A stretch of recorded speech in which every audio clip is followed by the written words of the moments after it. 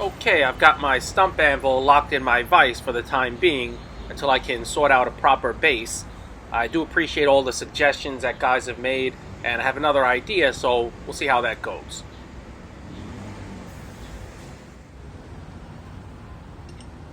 At the end of my workday yesterday, I started on a pair of what will be Farrier tongs, thinking about how I might go about making the jaws, and this is what I came up with so far. Using this 14mm round stock, I'll start another pair from scratch and do them till completion. Before I begin, just quickly, this is my vise fullering tool. Comes with butcher and fullering die sets. Initially I thought that the interest in this would be pretty good, and so I had a bunch of these made, but there wasn't that much interest. I still feel it's a really good tool, useful probably for some people. And so in order to just get rid of this stuff, I'm just going to deeply discount this. I normally sell this tool for $90, but I'll give a $30 discount to anyone interested in one and sell it for $60. The shipping is $30, so in essence it's basically free shipping if you want to look at it that way. So the total would be $90 shipped. So if anyone is interested, just get a hold of me and I'd be happy to sell you one. And quite honestly, that price of $60 is pretty close to my cost. And since there was not much interest in this tool, once they're gone, then I'll probably discontinue selling this tool. And I'm planning some other changes. There's stuff I want to get rid of, and so I want to take GS Tongs in another direction, so I'll probably discount some other things as well.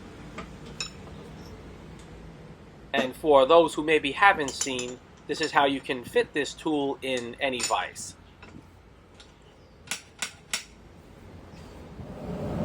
Alright, onto the Farrier tong. I've marked 1 inch in from the ends.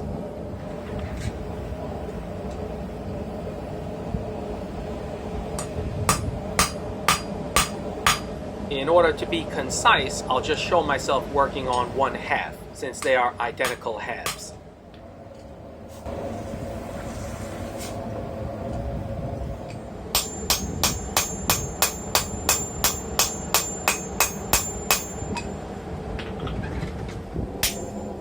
I'm showing that from another angle since my hand seemed to be in the way. And yet another angle.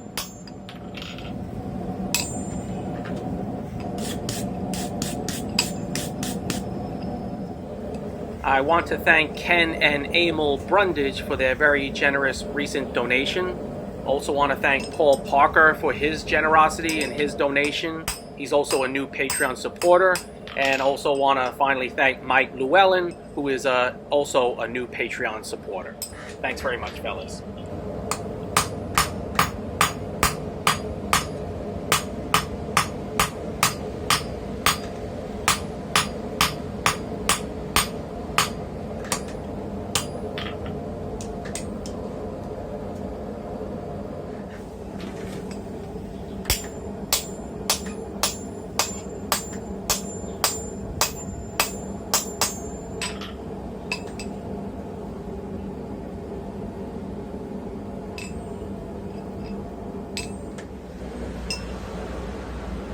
It's always never a bad idea to walk through some steps cold first. Especially when you plan to use your knee as a helper.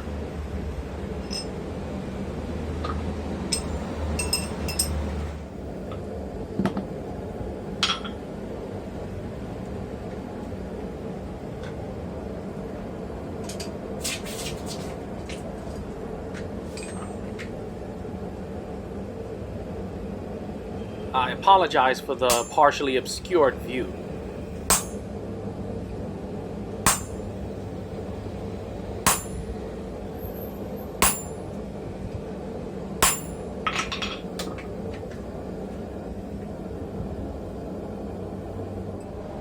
So I'm back to where I am on the first set of blanks.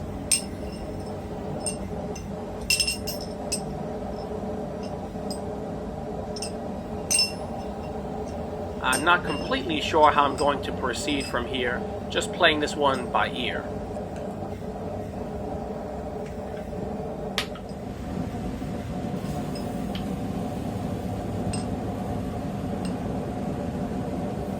I don't want to make this offset here in a way that will deform the jaws at all. I want to keep the jaws spread out evenly on both sides and not have it offset just to one side as you would have with a normal pair of tongs. So I'm pushing the pivot back a little bit on this pair of tongs, and that will prove to be a little bit of a problem later on.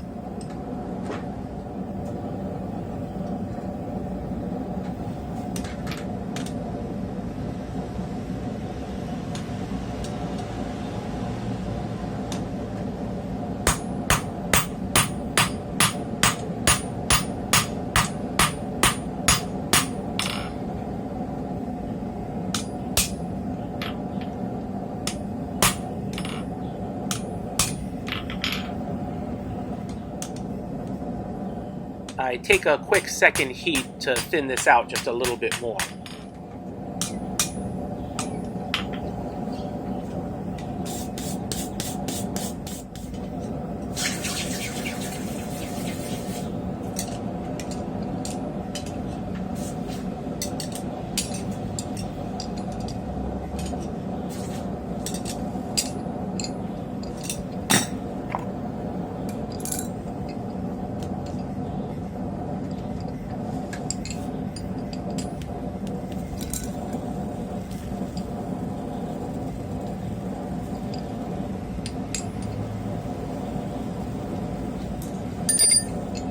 The thick curved area just behind the jaws is what's going to give me a bit of a hassle, but I'll sort it out. This is my old handled H13 punch. Pretty worn out, used it so many times. In this bag here, I've got a bunch of similar punches made from medium carbon steel. I found if I heat treat them just right, I get just as good a performance. And I discontinued selling punches, but if anyone wants one of these medium carbon ones handled, let me know. It'd be $35 plus shipping. And shipping would be $15 if it's via what's called a small package method.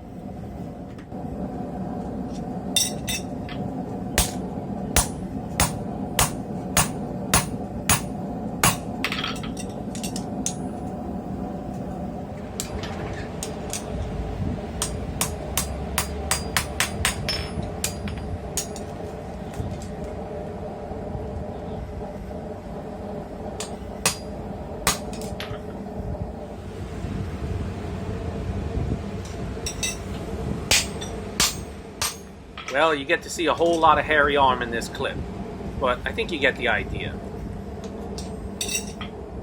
Amateur Hour Productions strikes again.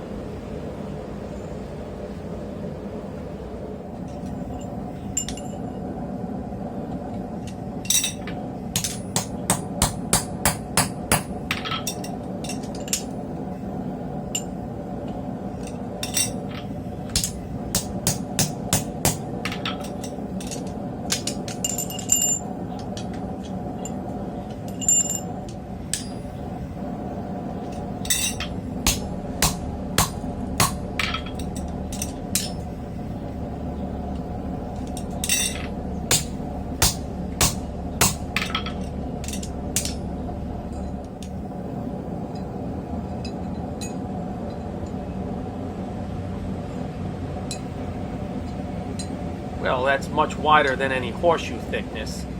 Just a quick note, if you do want to handle thicker, wider stock, if you move the pivot back, that will really give you an advantage.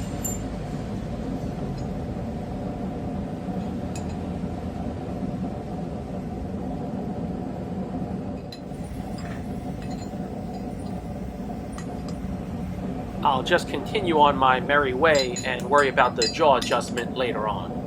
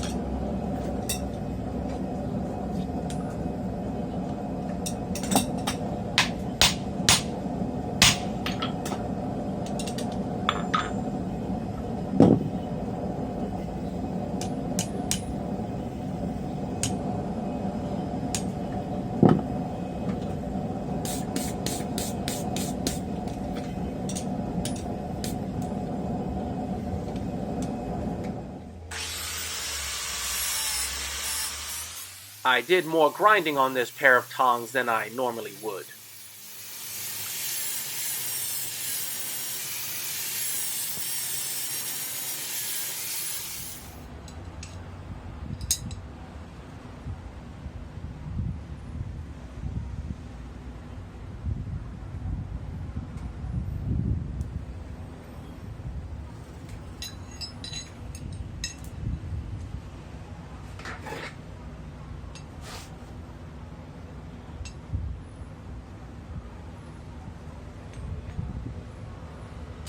I'm contemplating what I can do when the tong halves are still apart, but then I finally decide to just rivet them together and make adjustments when they're assembled.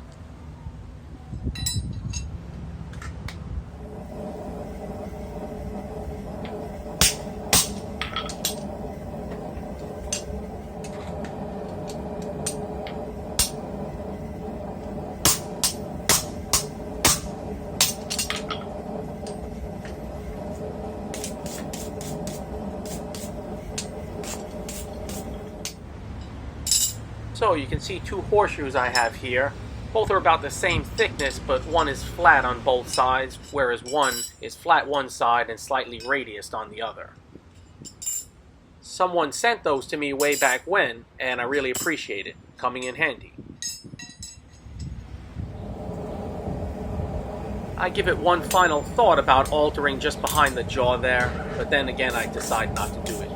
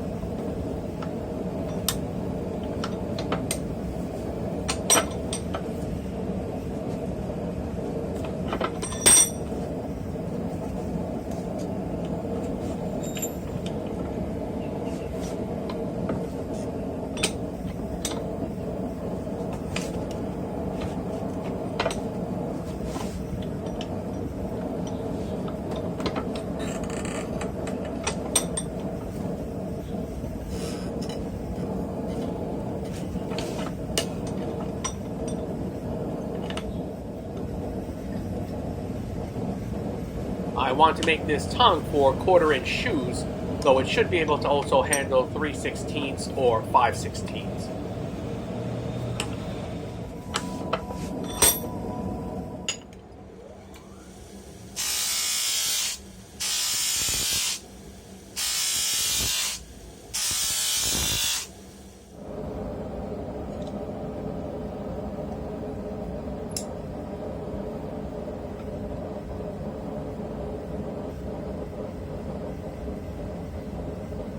I know I can widen and also make the jaws more circular, and I'll probably make a jig specifically for that, especially if I decide to make Farrier tongs on a regular basis.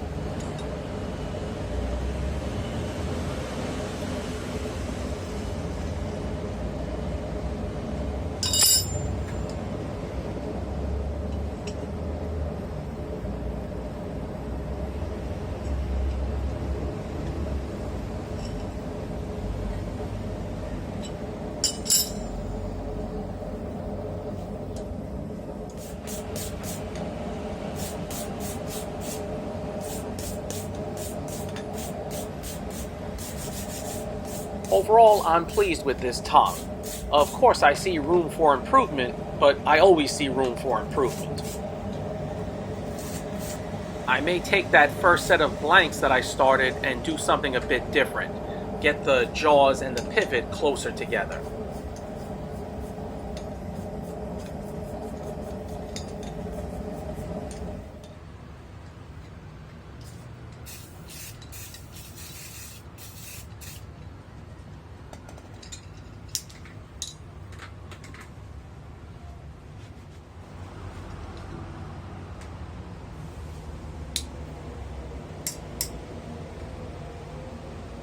If there's anyone interested in getting a pair of these, shoot me an email and I'll do my best.